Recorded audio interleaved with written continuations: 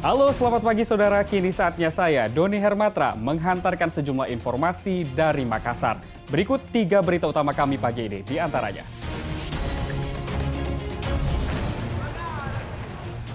Hujan dengan intensitas tinggi sejumlah titik di Kabupaten Takalar tergenang banjir.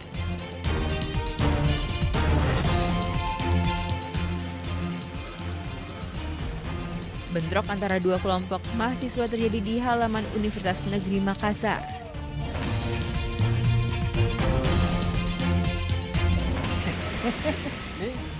$61 ton minyak goreng di Makassar diduga ditimbun lalu dijual ke industri.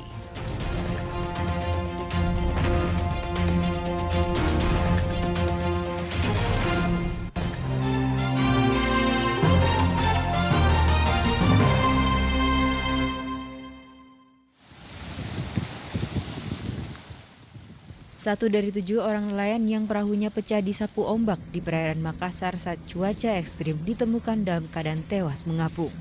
Sementara 6 orang korban lainnya selamat dalam peristiwa tersebut.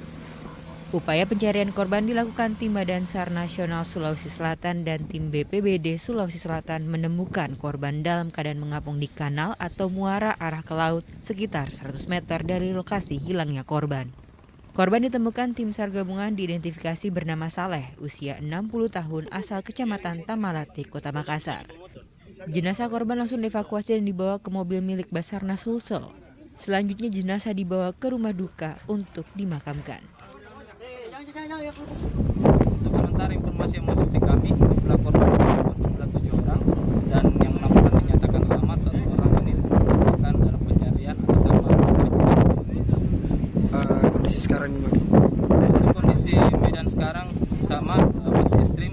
Jadi teman-teman untuk pencarian terkendala dengan cuaca ekstrim, tapi kami tetap utamakan safety. Kita sampaikan ke rekan-rekan melakukan pencarian bahwa tetap melakukan safety diutamakan. Badan SAR Sulsel menghimbau kepada seluruh nelayan atau siapa saja yang kerap beraktivitas di laut agar menjaga keselamatan sehingga terhindar dari bencana. Zainuddin melaporkan dari Kota Makassar.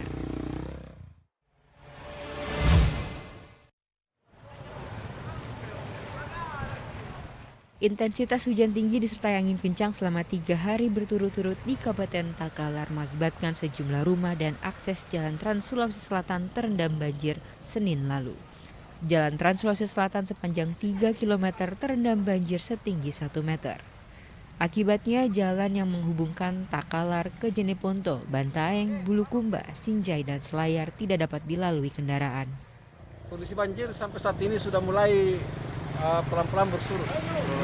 Ini tadi pagi berapa ketinggian dan sampai sekarang? Kalau tadi pagi yang paling tinggi itu yang di lewat lapas itu sekitar 1 meter kurang lebih. Tapi kondisi sekarang Sudah menurun. sudah perlahan menurun ya. Tapi pengendara yang terjebak macet ini sampai sekarang belum bisa normal ya? Sampai saat ini belum normal karena mobil-mobil yang masih rendah itu belum bisa lewat, kecuali mobil-mobil yang tinggi itu yang bisa lewat. Di pengamanan tetap masih dilakukan di Tetap lapangan? sampai normal ini. Akibat banjir yang mengenangi ratusan rumah warga dan akses jalan poros Trans Sulawesi Selatan, sejumlah kendaraan terpaksa dievakuasi karena mogok. Tak hanya itu, ratusan kendaraan mengantri selama lebih dari 3 jam menunggu banjir yang merendam jalan Trans Sulawesi Selatan surut. Sudah lama. Sudah lama. Dari tadi pagi Pak ya. Tadi pagi. Kenapa Pak? Waduh, karena terjebak dengan banjir ini, Pak. Rencana mau kemana Pak? Ke Jeneponto. Ke Jeneponto. Tujuan ke Jeneponto. Dari mana Pak? Dari Maros. Dari Maros. Mau menuju ke Jeneponto. Mau ke Jeneponto. Menjemput. Oh tapi akses terputus Pak ya karena banjir. Terputus kena banjir, Pak. Takalar. Selain banjir, puting beliung juga menerjang puluhan rumah warga di Bontolebang, Kabupaten Takalar. Akibatnya, sejumlah atap rumah warga terbang terbawa angin. Tak ada korban jiwa dalam kejadian ini. Zainuddin melaporkan dari Kabupaten Takalar.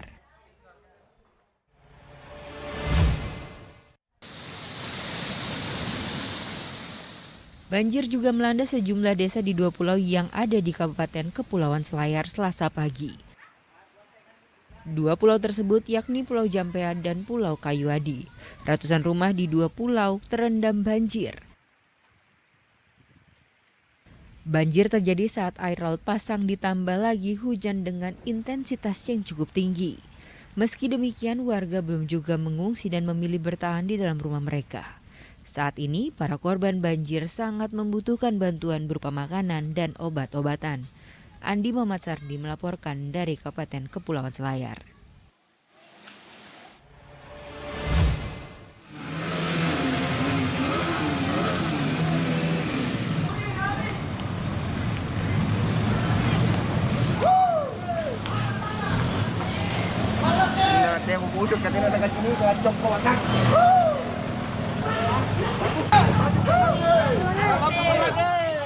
Bentrok antar dua kelompok mahasiswa terjadi di halaman Universitas Negeri Makassar atau UNM, Kota Makassar, Senin malam.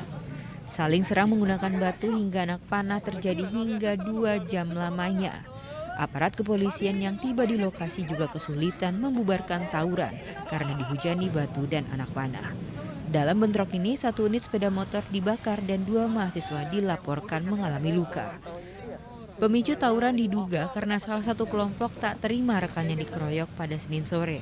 Bentrokan mereda setelah pihak kampus turun tangan untuk menengahi. Saat dilakukan penyisiran, sejumlah senjata tajam serta batu ditemukan berserakan di jalan. 2 korban ini mendapatkan perawatan medis di Rumah Sakit Polri Bayangkara, Makassar. Korban salah satu kena di bagian muka ya, di sebelah depan kiri, dan juga yang korban kedua terkena di kepala. Ini tadi memang sempat tawuran Bang ya? Sempat dilakukan penyerangan ya. Kemudian penyebabnya kami masih selidiki dulu. Untuk kendaraan Bang, ada yang terbakar Bang? Ada 1 buah unit sepeda motor. Ya. Kebetulan di sini ada kegiatan dari teman-teman dari mahasiswa ya, ada kegiatan seni. Kemudian terjadi mungkin ada ketidaksamaan ataupun saling ketersinggungan seperti itu. Guna mencegah bentrokan susulan, 1 kubu mahasiswa yang terlibat bentrok diminta meninggalkan kampus. Sementara 1 kubu mahasiswa lainnya memilih tetap bertahan di dalam kampus. Aparat kepolisian terpaksa disiagakan di halaman kampus UNM untuk mencegah aksi pengrusakan fasilitas kampus. Andi Muhammad Sardi melaporkan dari Kota Makassar.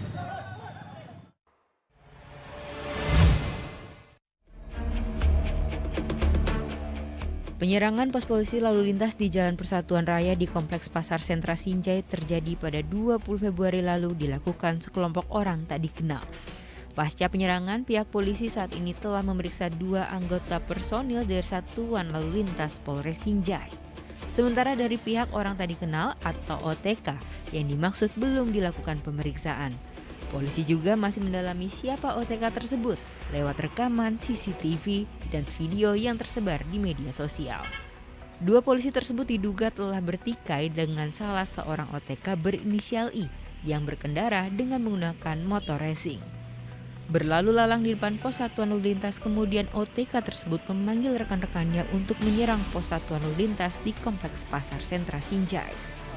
Untuk motif awal itu kesalahpahaman ya, kesalahpahaman yang dilakukan antara petugas dengan orang yang tidak dikenal terkait dengan adanya kendaraan Brio merah yang berlalu lalang di sekitar Polres dengan kecepatan yang tinggi serta menghidupkan mesin yang cukup keras dengan menggunakan knalpot gober ya racing.